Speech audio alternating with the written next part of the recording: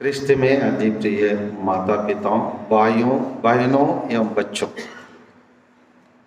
आज हम नया कहानी मना रहे हैं। यह नया कहानी के संबंधित हमारे बिशप स्वामी के लिए जो गैर ईसाई है और जो लोग उराव हैं लेकिन ईसाई नहीं है, और कुछ आदिवासी भाइयों ने एक लेटर बना के पोप स्वामी के लिए भेजे हैं बिशप स्वामी के लिए भेजे हैं अंबिकापुर में। उस लेटर हमारे व्हाट्सएप ग्रुप में भी बांटा गया था, शेयर किया गया था। और उसमें उन लोग निवेदन करते हैं, जब आप लोग कर्मा या नया कहानी त्यौहार मनाएंगे कि उसमें कुछ आदिवासी प्रतीक कुछ रहता है, उसको आप लोग प्रयोग नहीं करेंगे क्योंकि आप लोग अभी आदिवासी नहीं है। इस प्रकार उन लोग एक चेतावनी का लेटर दिए हैं उन लोगों के लिए जवाब देने के लिए। और वास्तव में नया कहानी क्या है उसी को हम भी वास्तव में हमको मालूम होना चाहिए। नहीं मालूम होंगे तो ऐसे उन लोग हमको चेतावनी करते रहेंगे। उनको चेतावनी देने वालों को भी समझे वास्तव में नया कहानी क्या है, और हम लोग भी आदिवासी लोग, भाई बहन लोग, हम भी जाने वास्तव में ये क्या है। तो इसीलिए आइए इसका पृष्ठभूमि के थोड़ा जाने। शुरू में फादर अजय अच्छे से नया कहानी के बारे में उसको पृष्ठभूमि के पढ़ के आप लोगों को बताए, तो उसको संक्षेप में बता रहा हूँ। और एक और दो बात इसमें छूट गया है, उसको मैं इसमें शामिल करूँगा, क्योंकि नया कहानी के बारे में पूर्ण ज्ञान जब तक हम नहीं होंगे, हमारे विरुद्ध जो आरोप लगाते हैं उनको सामने बचकर नहीं निकल पाएंगे। इसीलिए हम जाने नया कहानी क्या है। नया कहानी या नवा कहानी दो शब्दों से होता है, नवा या नया प्लस कहानी। नया माने नया, न्यू, कहानी माने खाना।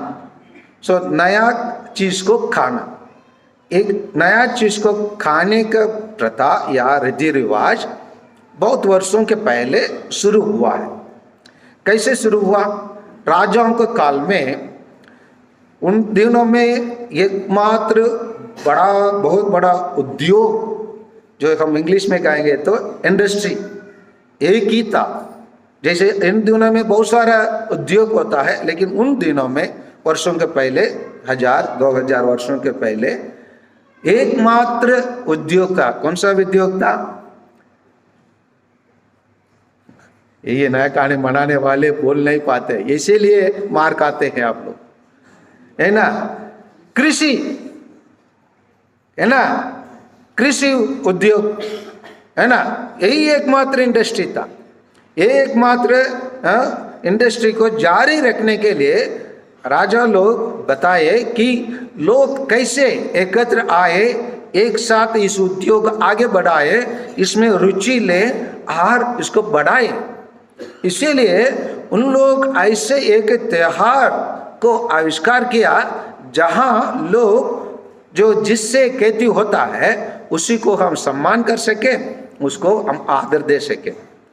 हम कितना भी खेती करना चाहे, कितना भी जमीन हमारे पास रहे, क्या चीज हमारे पास होने से हम लोग खेती कर सकते हैं? एक दूसरे के चेहरा देखिए। हाँ, क्या बोलो ना, जोर से बोलो।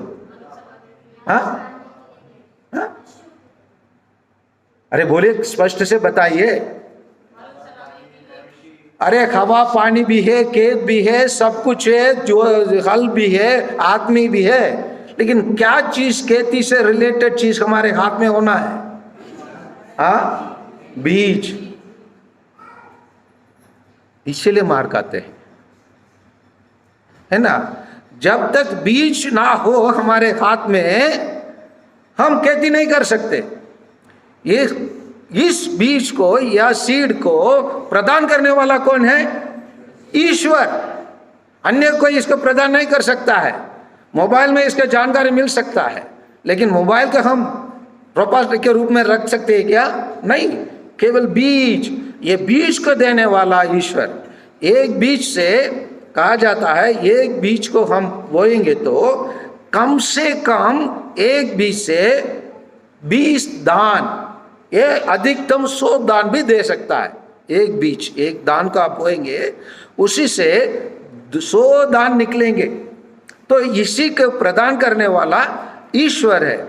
लेकिन उन दिनों में, उन दिनों के लोगों के दिमाग के और सोच के शक्ति के अनुसार उन लोग केवल प्रतीक के ब्रह्मांड में रहने वाले कुछ चीजों को ईश्वर के रूप में समझे, वो सूर्य है। इसलिए सूर्य देव को उन लोग पूजा पाठ के रूप में इसी त्योहार में पूजा करते थे, क्योंकि उसके द्वारा की खेती होते हैं। उन लोग के विचार, वही विचार, वही पूर्वज लोगों का विचार था। इसीलिए इसी त्योहार का मनाने के टाइम पर हम लोगों को एकत्र करने का, लोग कब एकत्र आएंगे? विशेषकर हम ये सच्चाई का मानना भी पड़ेगा, गिरजाघर कब जगाचक भरा रहता है? त्योहार के त्योहार, और विशेषकर त्योहार के बाद जब भोजन होता है, भोजन होता है, उसी चीज का आपको मानना ही पड़ेगा। इनकार करने से कोई मतलब नहीं है, जब ज्यादा लोग होते हैं। इसीलिए फादर भी बताए कि हडिया या मुर्गा, इन सभी चीजों को उपयोग किया जाता है, चूड़ा वरा का उपयोग किया जाता है। लेकिन घोड़ादान सबसे पहले तैयार होता है, लेकिन उसमें एक मकसद है कि उसी चीज को तो मैं बताना चाहता हूँ, जो जोड़ना चाहता हूँ। पशु पक्षी और चींटी और मानव खाने के पहले, क्योंकि ये पूर्ण रूप से तैयार हो जाता है, तो जैसे चूहा घुस के खाना शुरू कर देता है, और चींटियों भी अपना रास्ता बना लेता है, और पशु पक्षियों भी उसमें घुस के खाना शुरू करता है, आदमी भी अपने आवश्यकता के अनुसार काटना शुरू करता है। लेकिन ये होने के पहले 15 दिन के पहले इसी चीज को, इसी नया कहानी को ईश्वर को सबसे पहले चढ़ाना।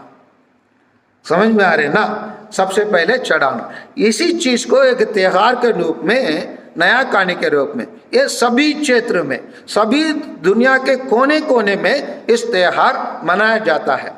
कहीं इसका चरता नाम दिया जाता है, कहीं इसको पोंगल नाम दिया जाता है, कहीं इसको मकर संक्रांति नाम दिया जाता है, कहीं इसको कुड़वी पड़वा कहा जाता है, और हमारे बीच में इसको नया कहानी, नवा कहानी कहा जाता है। और इसी प्रकार और ओणम किया जाता है कहीं, और इसी प्रकार सभी जगह में इसी त्योहार कुछ नया नाम के रूप में पूरा दुनिया में ये त्योहार मनाया जाता है। यही है पृष्ठभूमि। ये पृष्ठभूमि से हम ईसाई है। क्या ईसाई लोग नया कहानी का त्योहार मना सकते हैं? हाँ, मना सकते हैं। इसका आधार क्या है? इसके आधार के लिए हम लोग के पास 2 प्रकार का डीएनए है। एक है हम आदिवासी, जो शारीरिक रूप से हमारा डीएनए आदिवासी का डीएनए है, और आध्यात्मिक रूप में हमारा डीएनए ईसाई है। ईसाई और आदिवासी में क्या अंतर है? आदिवासी शरीर के रूप में आदिवासी है, और आध्यात्मिक रूप में अब ईसाई है। इसीलिए आज का दूसरा पाठ में सेंट पॉलुस तिमोथी के नाम से लिखा हुआ पत्र में अध्याय 6 बत्संज्ञा 6 में कहता है, बख्शी से 2 बड़ा लाभ होता है, किंतु केवल उसी का जो अपने धन संपत्ति से संतुष्ट रहता है। हम न तो इस संसार में कुछ अपने साथ लाए और ना यहाँ से कुछ ले जा सकते हैं। इसलिए धन संपत्ति से हमें ज़्यादा लाभ नहीं होता है। हमें ज़्यादा लाभ कहाँ से होता है? हमारे आत्मा जब सुरक्षित रहता है, उसी से हम संतुष्ट अधिक लाभ पा सकते हैं। इसको सहमति का लिखा हुआ पत्र में कहते हैं। लेकिन हम आइए अध्याय 23 निर्गमन ग्रंथ अध्याय 23 16 का थोड़ा पढ़िए। कहाँ ये नया कहानी के बारे में बताया गया है। निर्गमन ग्रंथ अध्याय 23 पद संख्या 16 का पढ़िए। तूने जो अपने खेते में बोया है,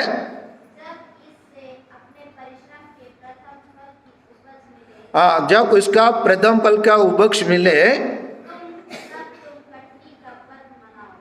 तुम उसी टाइम पर क्या पर्व मनाओ? कटनी का पर्व मनाओ। हमारे संहिता, हमारे लिए संहिता कौन सा है? हमारा बाइबल। हमारा बाइबल में इसका इंगित क्या गया है? जब कोई आदमी हमसे आकर हमसे कहता है आप लोग कटनी का या कर्मा का या नया करने का त्योहार आदिवासी के रूप में नहीं मनाएंगे बोलेंगे, तो उसको बैठाइए, उनको बताइए, हम भाई हम आपके रीति रिवाज जो आप बता रहे उसके आधार पर नहीं, हम नया डीएनए जो अपनाए वही है हम ईसाई, उसी के आधार पर हमारे धर्म संहिता, हमारा धर्म ग्रंथ अध्याय, एक किताब है हमारा बाइबल में, बहुत सारे किताब है, उसमें एक किताब का नाम है निर्गमन ग्रंथ। उस निर्गमन ग्रंथ में अध्याय 23 में पद संख्या 16 में किस प्रकार हमको नया कहानी मना है, मना का आदेश है या नहीं है? मना है। इस त्योहार को कैसे मनाना है और इसमें कुछ त्रुटियों नहीं होना है, इसी बातों को हम लोग आज के पाला पाठ में हम सुने थे। हम लोग पाला पाठ कहाँ से लिया गया? पंडित लाला पढ़े थे विधि विवरण ग्रंथ से, अध्याय 8 से हम सुने हैं 7 से 18 तक। और इसमें यह भी बताया जाता है जब ये सब चीज आपके सब चीजों में अच्छे से अब फलना फूलना शुरू हो जाएंगे, आप क्या हो सकते हैं? घमंड हो जाएंगे। घमंड होकर, इसके लिए आप लोग को आइए उसी विधि विवरण ग्रंथ में अध्याय 11 को खोलिए। विधि विवरण ग्रंथ अध्याय 11 को खोलिए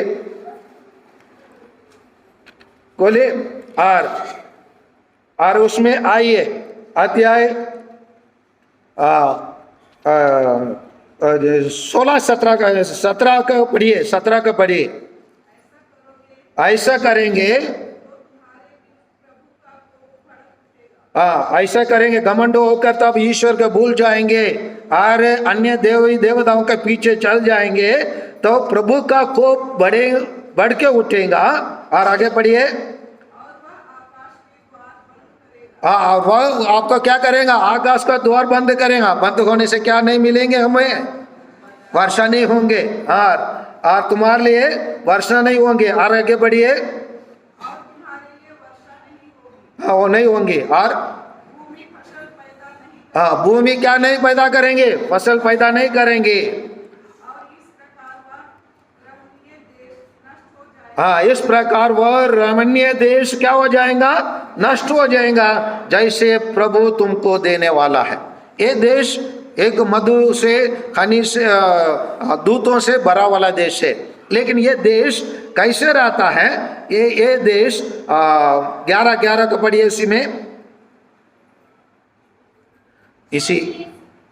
जो देश जो अपने अधिकार में करेंगे, पहाड़ियों और तराई का देश है। वह बादलों से जल से चिंचा जाता है। खेती किसे क्या जाता है? बादलों से, वर्षों से, है ना। उसी देख कर 12 का पढ़िए, वही चीज में है। वो ऐसा देश है, वह एक ऐसा देश है जिसका देख रेख कौन करता है? ईश्वर करता है। तो ईश्वर करने के कारण उसी देश को, हमारे लिए खेतियों का देखभाल करने वाला ईश्वर है। और इसी देश का ईश्वर देखभाल करने के कारण अगर हम ईश्वर के विरोध कुछ करेंगे तो जो कल हम लोग न्यूज में सुने होंगे, इस्राएल देश में इसमें आक्रमण हुआ गाजा से इस्राएल देश में 700, एक और दो नहीं है, 700 मतलब नष्ट करने वाले विमान वहां भेजा गया है और बड़े बड़े बिल्डिंग को गिराया गया। इसका भी भविष्यवाणी है जब लोग ईश्वर के विरोध काम करेंगे। एसेकिएल के ग्रंथ अध्याय 38 वचन संख्या 22 का थोड़ा पढ़िए। एसेकिएल के ग्रंथ, नबी एसेकिएल के ग्रंथ अध्याय 38 वचन संख्या 22 का पढ़िए। इसके बारे में जो होने वाला है, जो हुआ है, उसी का भी बताया गया है। हाँ पढ़िए 22 को।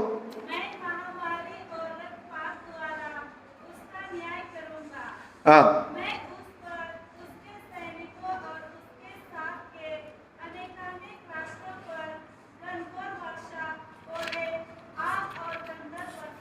हाँ क्या बरसाएंगे? हाँ और पढ़िए, और आगे पढ़िए उसी में। इस प्रकार मैं अपनी महानता और पवित्रता प्रदर्शित करूंगा तथा अनेक राष्ट्रों के सामने अपने को प्रकट करूंगा। तब वे यह जान जाएंगे कि मैं ही प्रभु हूँ। हाँ यहाँ पर देखिए अच्छे से बताया गया, मैं महामारी और रक्तपात द्वारा उसका न्याय करूंगा, मैं उस पर उसके सैनिकों और उसके साथ के अनेकों राष्ट्रों पर घनघोर वर्षा, वही हुआ कल, समझ में आ रहे ना, घनघोर वर्षा मैं उस पर बरसाऊंगा। और वर्षा क्या है? मैं इस प्रकार अपने महानता और पवित्रता प्रदर्शित करूंगा तथा उनके राष्ट्रों के सामने अपने को प्रकट करूंगा, तब यह जान जाएंगे कि मैं हूं प्रभु हूं।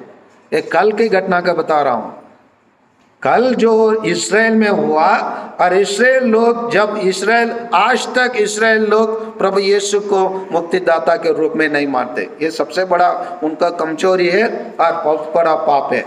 सब जब उन लोग प्रभु यीशु को, आज तक उन लोग 2023 वर्ष हो चुका है प्रभु यीशु आने के बावजूद, लेकिन नहीं हुआ। तो इसी प्रकार ईश्वर हमारे साथ व्यवहार करेंगे। इसीलिए पुराना विधान में हमारे लिए पूर्ण रूप से फसल के बारे में, कटने के बारे में, नया खाने के बारे में हमारे लिए विचार है। और इसी चीज को प्रभु आज हम नया खाने के रूप में बनाने के लिए आए हैं। ये दूसरा कदम है। पहला कदम हम हमारे आदिवासी में क्या पृष्ठभूमि है उसको देखे, फिर पुराना विधान में क्या कहा गया उसको देखे। आइए आज के सुसमाचार में क्या कहा गया है उसी को ही हम देखे। एक कदम आगे, आदिवासी पृष्ठभूमि से एक कदम आगे आकर वो हम शारीरिक डीएनए के रूप में देखे थे।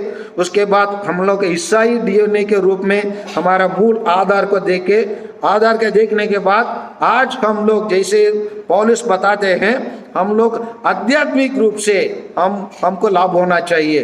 तो इसका मतलब हम लोग सन्मति के सुसमाचार लीजिए, सन्मति के सुसमाचार अध्याय 9 का लीजिए, 9 को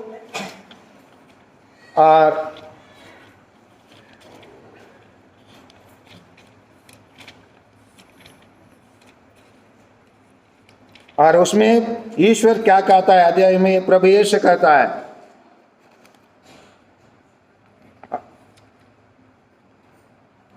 इसीलिए 38 को पढ़िए, इसीलिए पढ़िए 38, 9:38 के पढ़िए। इसीलिए फसल के स्वामी से विनती करो, हाँ वो अपने फसल काटने के लिए मजदूरों को भेजे। तो फसल के स्वामी कौन है? अभी ईश्वर है। पहले के विचार के अनुसार फसल के स्वामी, जब हम पूर्ण रूप से केवल आदिवासी थे, हमारे लिए फसल के स्वामी केवल सूर्य देव था। सूर्य देव एक सृष्टि किया गया एक ग्रह है। ओके, समझ में आ रहे ना? एक चीज है, वो ईश्वर नहीं है। ईश्वर जो उसको सृष्टि करता है वो ईश्वर होता है। आजकल के बच्चों के हाथ में क्या होता है? मोबाइल भगवान बन जाता है। समझ में आ रहे ना? बच्चों के हाथ से मोबाइल के छीन लो, वो खुश होता है क्या? ना, रोने लगता है। कुछ बच्चे लोग आत्महत्या कर लेते। कारण क्या है? वो सोचता है वही ये देवी देवता, समझ में आ रहे ना, वही है देवी देवता। उसी प्रकार कुछ वर्षों के पहले हम लोग ये यकीन किए हमारा देव सूर्य है, लेकिन आज हम लोग कुछ वर्षों के पहले हमारे हाथ में टेप रिकॉर्डर था, आज हमारे हाथ में टेप रिकॉर्डर है नहीं है, लेकिन टेप रिकॉर्डर का काम करने वाला हमारे हाथ में मोबाइल आ गया है, वो भी उसमें भी टेप रिकॉर्डर है, लेकिन हम किसको किनारे कर दिए? टेप रिकॉर्डर के किनारे किए। क्यों किनारे किए? वही चीज उपलब्ध है, उससे बढ़कर एक चीज में। उसी प्रकार हम उन दिनों में हम प्रतीक के कोई चीजों को हम पूजा पाठ किए। क्यों किए? उन दिनों में उतना ही ज्ञान हमारे पास था, हमारे पास एक ज्ञान नहीं था जो आज हम बाइबल से पाते हैं। ये ज्ञान हमसे आने के बाद हम उसी देव देवी देवता को पूजा करेंगे? नहीं करेंगे। किसी को करेंगे? क्योंकि कहाँ गया है? कौन है फसल के स्वामी? ईश्वर है। क्या फसल के स्वामी सूर्य हो सकता है? नहीं। सूर्य एक मुख्य अंग है फसल होने के लिए, लेकिन फसल होने के लिए बीज की जरूरत है। इसी चीजों को हमको मानना है। बीज के बिना कितना भी सूर्य का प्रकाश हो, कितना भी फसल हो, कितना भी बारिश हो, कितना भी जमीन हो, क्या खेती से कुछ निकाल सकते हैं? कुछ निकाल नहीं सकते हैं। लेकिन बीज है, बीज के देने वाला सूर्य नहीं है, बीज के देने वाला ईश्वर है। इसी चीज को हमारा बाइबल में क्या बताया जा रहा है? मत्ती के सुसमाचार अध्याय 9 वचन संख्या 38 के का स्पष्ट रूप से बताया जा रहा है फसल का स्वामी कौन है? ईश्वर है। तो ईश्वर होने के कारण फसल अभी आज के पाठ में हम लोग देखे हैं कि हम लोग देखे हैं अच्छे से फसल हुआ। वो आदमी क्या करना चाहा? बड़ा भंडार बनाना चाहा। बड़ा भंडार बन के क्या करना चाहा? तो वो कहा जाता है, वो अपने आप से कहता है, क्या कहता है? मैं बना कर मैं क्या करूंगा? मैं विश्राम करूंगा, खाऊंगा पीऊंगा और मौज उड़ाऊंगा। तो ये कहता है, ये कौन है? धनी व्यक्ति अपने आप से कहने के बात है। धनी व्यक्ति वास्तव में क्या करना चाहिए, क्या कहना चाहिए, उसी के लिए प्रभु यीशु इससे दृष्टांत है। एक असली एक व्यक्ति का जीवन को प्रस्तुत करते हैं। उसके लिए हमको जाना चाहिए सबसे पहले संत लूकास के सुसमाचार अध्याय 19 वचन संख्या 8 को थोड़ा पढ़िए। वास्तव में ये व्यक्ति अपने भंडार को बढ़ाने के बदले क्या करना है उसी में कहा गया है। संत लूकास के सुसमाचार अध्याय 8 को पढ़िए, 19 का 8 को वचन संख्या 8 को पढ़िए। नहीं 8 का 19-8 को। जक्केस ने दृढ़ता से प्रभु से कहा, क्या कहा? प्रभु देखे मैं अपने आदि संपत्ति गरीबों को दूंगा और मैंने जिन लोगों के साथ किसी बात में मैं बेईमानी किया है मैं उसको 6 गुना लौटा दूंगा। इसी प्रकार का निर्णय लेना था। धन गलत नहीं है, धन हमारे हाथ में होना गलत नहीं है। धन को हम कैसे प्रयोग करना चाहते हैं वो सही होना चाहिए। यहाँ जक्कईस पहले पापी था, वो धन संपत्ति के इकट्ठा किया, लेकिन अभी 7 को पढ़िए, उसी अध्याय में 19-7 को पढ़िए। इस पर सब लोग आते हैं, बुन बुनाते रहे। क्या बुन बनाते रहे हैं? वही एक पापी के यहाँ ठहरने गए। क्या समझते हैं? वे एक पापी के यहाँ ठहरने गए। यहाँ मतलब क्या होता है? यहाँ मतलब क्या होता है? अरे यार जक्केस का कहानी जानते हैं ना। यहाँ मैंने क्या होता है? हम लोग का कॉमन अंडरस्टैंडिंग है, समझते हैं जक्केस के घर में नहीं, प्रभु यीशु जक्केस के घर में ठहरने के लिए नहीं गए, जक्केस में दिल में रहने के लिए प्रभु यीशु गए। जब प्रभु यीशु जक्केस के दिल में प्रवेश किया तब उनके मन में परिवर्तन आया। समझ में आ रहा है ना। जो इसी प्रकार इस धनी व्यक्ति ईश्वर के डर से अपने आप से क्या करना चाहिए, मैं क्या करूंगा, मैं एक भंडार तोड़ के मैं ना नया भंडार बनूंगा, बदले उसको क्या सोचना चाहिए, मैं अपने आधी संपत्ति को गरीबों को दूंगा। तो यह दिल का परिवर्तन एक जकेश में हुआ। और उसी प्रकार हम लोग जितने भी लोग धन को एकत्र करते हैं, हम लोग क्या करना चाहिए, हमारे फसल कभी कभी सोचते हैं हमारे फसल क्या है, खेती में जो गेहूं मिला, जो धान मिला, जो मकाई मिला, जो अन्य पदार्थ मिला, वो केवल हमारा फसल नहीं है। फसल के स्वामी से प्रार्थना करना मतलब फसल के स्वामी, अगर हमारे घर में बच्चे हैं तो वो भी फसल है, हमारे घर में धन संपत्ति है वो भी फसल है, हमारे घर में पति पत्नी दोनों काम कर रहे हैं वो भी फसल है, हमारे पास जो भी उपलब्धि है, हमारे पास अच्छे से बोलने का शक्ति है, गाना गाने का शक्ति है, चित्र बनाने का शक्ति है, पढ़ने का शक्ति है, जनरल जीके का शक्ति है, इन सभी, हमारे पास सरकारी नौकरी है और हमारे पास प्राइवेट नौकरी है और हमारे पास अच्छे भवन है, इन सभी चीजों फसल है। इस फसल को हम किस तरीका से हम उपयोग करें, जक्कईस के समान उपयोग करने के लिए हम लोग निर्णय लेना है। जक्कईस क्या निर्णय लिया, मैं अपने आधी संपत्ति को गरीबों को दूंगा। जब तक हमारा संपत्ति गरीब लोगों के लिए उपयोग में नहीं आता है, हमारे फसल से कोई मतलब नहीं है। कितना भी पैसा कमाए, कितना भी बैंक में आप बचत रकम रखे, उसी से कोई लाभ नहीं।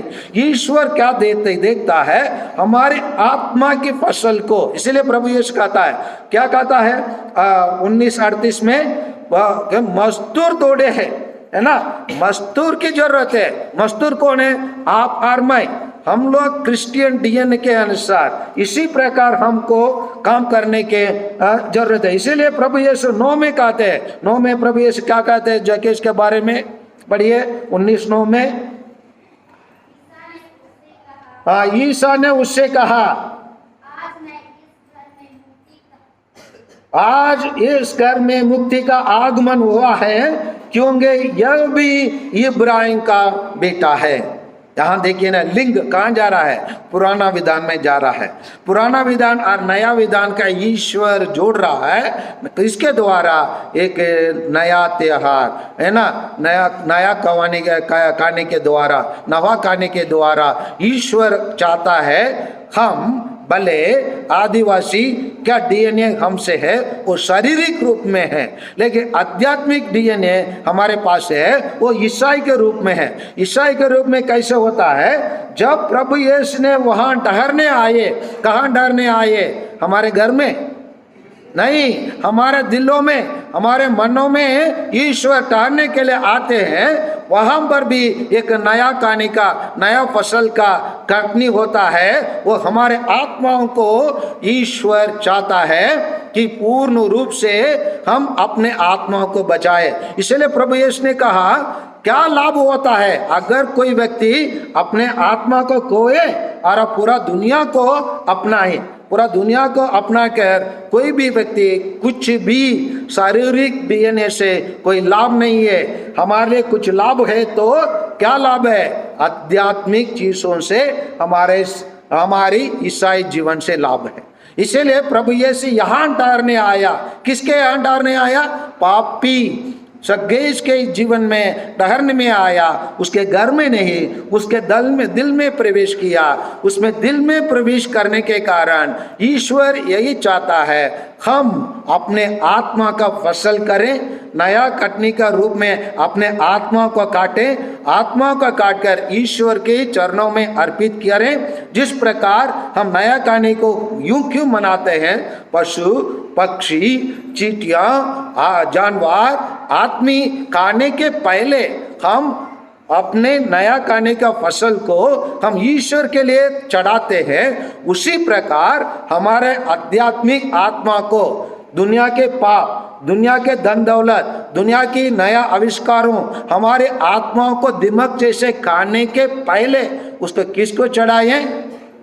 ईश्वर को चढ़ाएं, ताकि ईश्वर को चढ़ाने के बाद वो ईश्वर, एक बार ईश्वर हमारे अंदर प्रवेश कर देता है, जिस प्रकार जक्केश के दिल में ईश्वर प्रवेश करने के बाद ईश्वर पूर्ण रूप से जक्केश के अपने अंदर अपने नियंत्रण में लेके आए, उसी प्रकार हम प्रत्येक जन को ईश्वर अपने नियंत्रण में लेके आए।